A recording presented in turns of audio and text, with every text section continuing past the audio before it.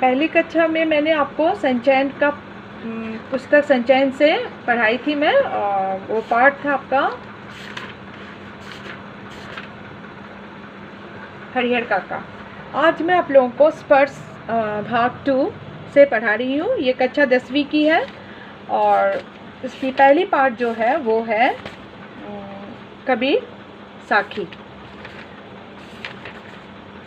तो कबीरदास जी का जन्म 1398 में काशी में हुआ था।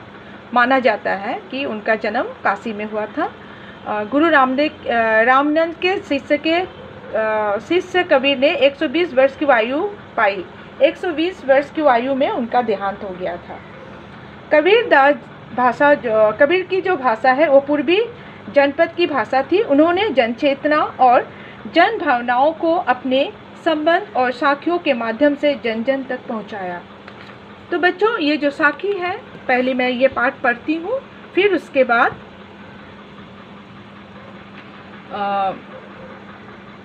ऐसी बानी बोलिए मन का आपा खोई, अपना तन शीतल करे औरन को सुख होई। कस्तूरी कुंडली बसे मृग ढूंढे बन माही, ऐसी घटी घटी राम है दुनिया देखे नाही। जब मैं था तब हरि नहीं, अब हरि है मैं नहीं। जब अंधियारा मिटी गया, जब दीपक देखिया माही। सुखिया सब संसार है खाए अरु सोए, दुखिया दास कबीर है जागे और रोए। बिरहा भूवगम तन बसे मंत्र न लागे कोई, राम वियोगी ना जीवे जीवे तो बोरा कोई। निंदक नेरा राखिए आंगनी कोटी बधाई, बिन सावन पानी बिना निर्मल करे सुहाई। पोथी पढ़ी पढ़ी जगमुआ पंडित भया न कोई, एके आसिर पियु का पढ़े सो पंडित होई।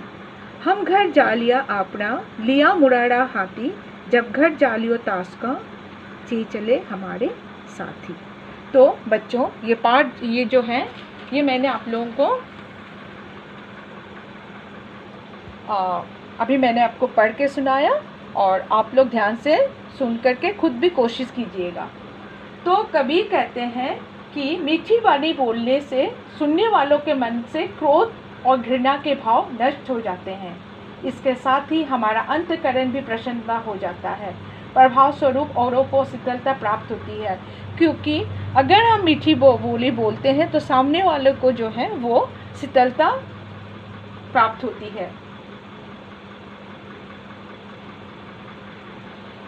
दूसरे भाग में बताया है कि यहाँ दीपक का मतलब भक्ति रूपी ज्ञान तथा अंधकार का मतलब अज्ञानता से है।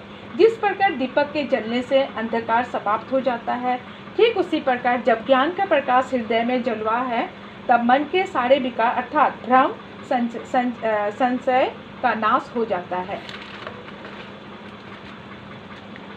तीसरे पाठ में कवि ने कहा है, हमारा मन अज्ञानता अहंकार विलासियाओं पे डूबा हुआ है। हम उसे मंदिर मस्जिदों में ढूंढते हैं, जबकि वह सब और व्याप्त है। इस कारण हम ईश्वर को नहीं देख पाते। कवि के अनुसार संसार में वे लोग सुखी हैं जो संसार में व्याप्त सुख सुविधाओं का भोग करते हैं, और दुखी में भी जिन्हें ज्ञान की प्राप्ति हो गई है। सोना अज्ञानता का प्रतीक है, जागना ज्ञान का प्रतीक है। जो लोग सांसारिक सुखों में खोए रहते हैं, जीवन के भौतिक सुखों में लिप्त रहते हैं, सोए हुए, और वो जो सांसारिक सुखों को व्याप्त समझते हैं, अपने को ईश्वर के प्रति समर्पित करते हैं, वही जागते हैं, वही संसार के दुर्दशा के दूर करने के लिए चिंतित रहते हैं। तो बच्चों, कबीर ने बहुत ही सुंदर ढंग से यहाँ व्याख्या की है। अपने स्वभाव को निर्मल रखने के लिए कबीर ने बताया है कि हमें अपने आसपास निंदक रखने चाहिए, ताकि निंदक मीन्स चुगली करने वाला, ताकि वो हमारे बुराइयों से अवगत करा सके और हम उन बुराइयों को अपने अंदर से दूर कर सके।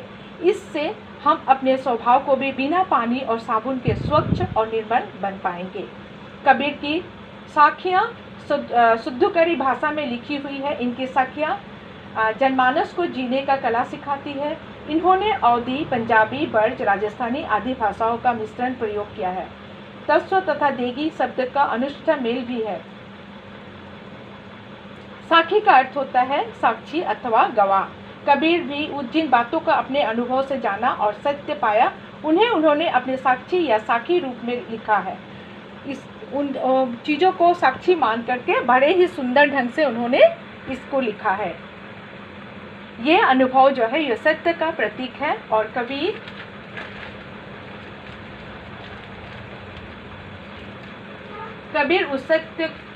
उस सत्य की गवाह है।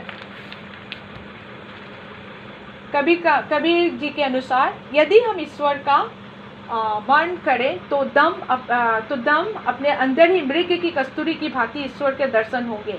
अगर हम अंतर आत्मा से ईश्वर को याद करें तो जिस तरह हिरण के अंदर कस्तूरी छिपा रहता है तो उसी तरह ईश्वर भी हमारे अंदर छिपी मिलेगी। तो कबीरदास जिस निराकार ब्रह्म का चिंतन करते हैं उसे पाना चाहते हैं। सांसारिक सुखों का उद्देश्य ज्ञात हो चुका है, इसीलिए वे दुखी है, क्योंकि वो जानते हैं ये जो दुनिया है ये नाश्वर है, क्योंकि इसे एक दिन हम सभी छोड़कर जाएंगे। ये सत्य नहीं है। फिर भी हम इस सत्य की छाँव में इस झूठ की छत्र छाया में बैठे हुए आस लगा कर कि हमें और चाहिए और हम इस तरह अपने आप को झूठी तसल्ली देकर अपने आप को सुखी बनाना चाहते हैं। लेकिन कबीरदास के सत्य के सामने कबीर कहते हैं ये सब कुछ माया जाल है और ये सब कुछ झूठा है। धन्यवाद।